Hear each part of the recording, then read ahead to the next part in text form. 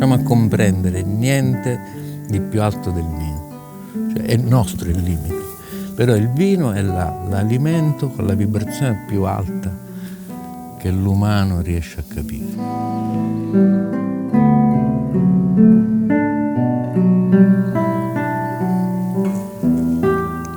E noi vogliamo vibrare fortissimo.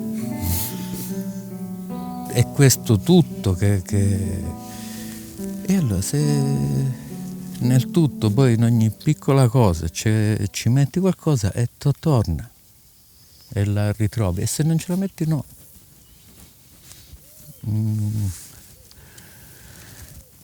Io vabbè, non ci conosciamo.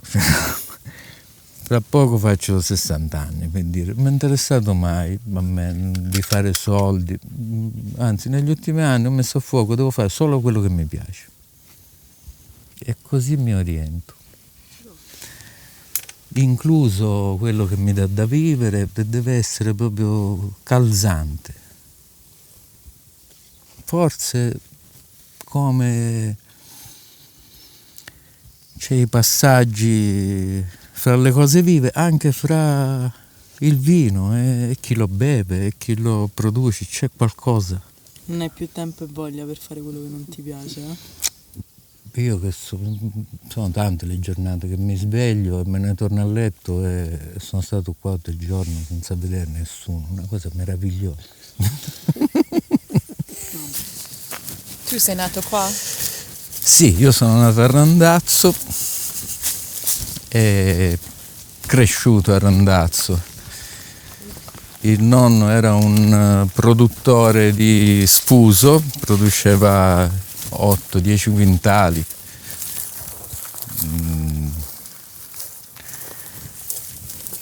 Poi è cambiato tutto e ho detto vediamo, si può fare il vino anche solo con l'uva. Senti, c'è una domanda fondamentale che io mi sono posta questi giorni, che è il fatto che io adoro il tuo vino, adoro il tuo Etna, però tu non hai la cantina. Io non ho la cantina. Quindi in che modo è il tuo vino? Cioè, come fa a essere il tuo vino?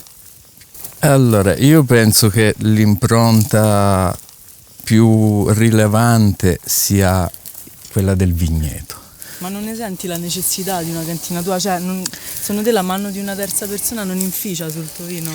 Allora, in realtà ho sempre trovato un'ottima disponibilità dai colleghi, a volte amici, per cui o dando dei protocolli o nei casi proprio più fortunati potendo anche riuscire a fare delle cose in cantina.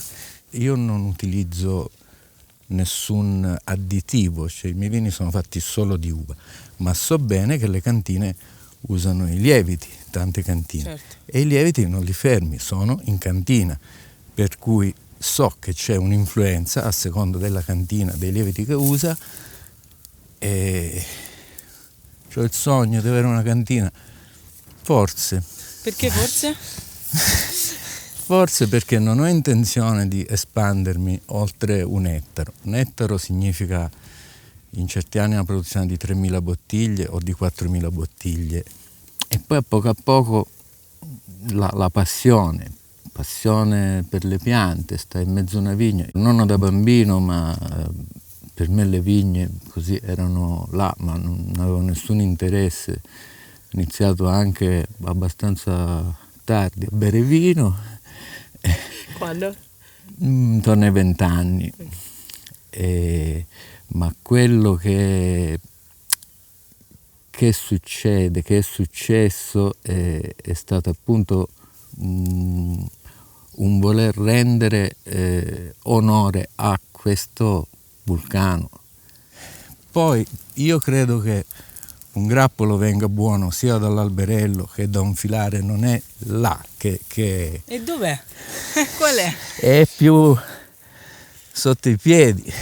Qua l'unica cosa che la terra ha è il sovescio di quello che spontaneamente nasce. Spontaneamente? Spontaneamente, l'inerbimento spontaneo, senza semine preorganizzate. questo poco di organico è l'unico nutrimento, diciamo, che qui dà apporto al terreno. Ovvio che se fai delle potature chiedendo a una pianta di produrre 2 kg, 3 kg, 4, c'è lo sfinimento della pianta e hai un frutto meno buono. L'ho chiamata agricoltura esperienziale, nel senso che guardi tutto quello che è stato fatto, guardi le novità, poi fai qualcosa, vedi se funziona, continui a farla, se non funziona la accantoni e passi ad altro. Come ti sei avvicinato al calendario biodinamico nel tuo percorso? Ma iniziando a giocarci con l'orto, per cui c'è il giorno di radice, di frutto, in cui pianti o in cui zappi, e con la vigna uguale, sulle potature e coi travasi uguale, anche là mischiando un poco le tradizioni, per cui travasi in giorni di cielo terzo e senza vento, ma se a questo ci metti pure la luna giusta, male non fa. Qua invece, recuperando l'alberello, uno lo appoggia ai fili come può. Quindi sei tu che segui la pianta, non è la pianta che deve seguire... La mia tendenza sì, è quella più di assecondare le piante. Che direi che è unica come tendenza, che perché non, tutti, anche per facilitare il lavoro, no? Nel processo, quando poi fai la vendemmia, tutti certo, si facilitano. è tutto più semplice su modelli più da agricoltura industriale, ma per me la bellezza Perché di è più avere... semplice di solito? È più semplice perché tendenzialmente le piante sono più simili, più Tutte uguali, quindi tutte a lavori un'altezza.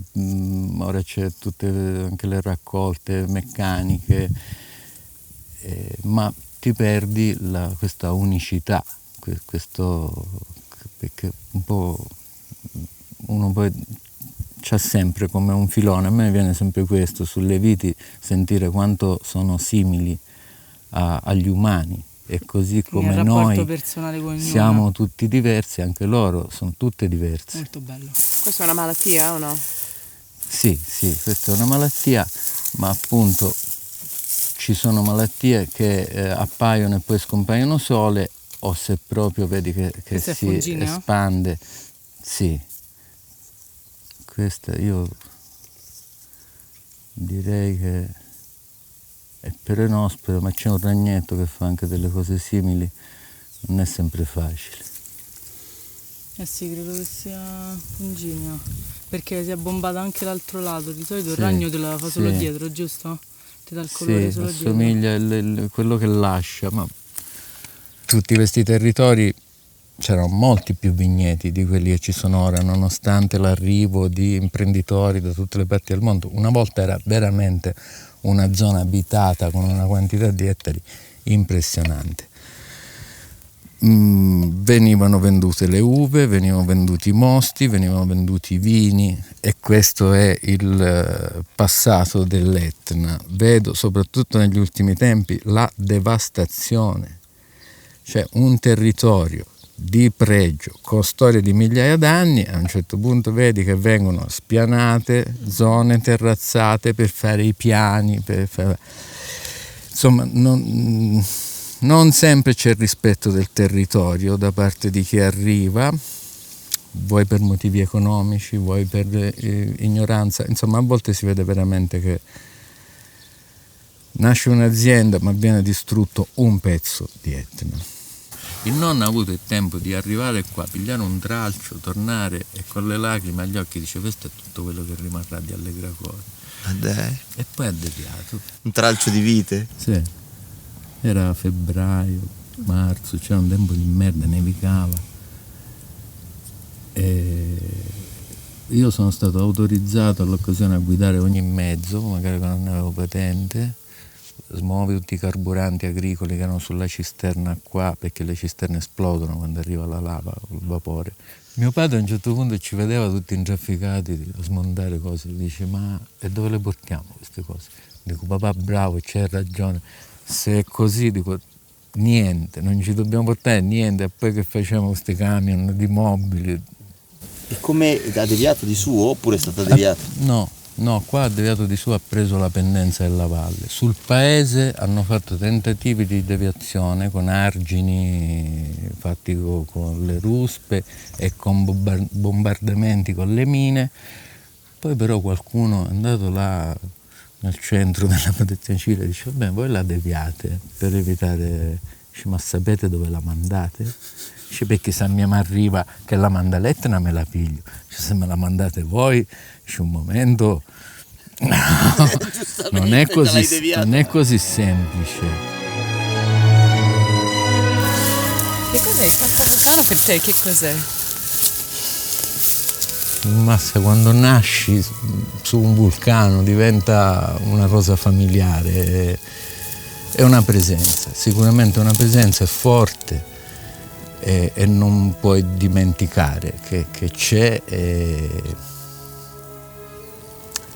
un bel posto. Vai spesso? Sì, è la ricarica energetica, una passeggiata o 2 o 3 giorni fermandosi a dormire. 1800-2000 metri, c'è questi rifugi in quota e là proprio ti riappacifichi con te stesso, con tutto, c'è questo silenzio meraviglioso, grande ricchezza.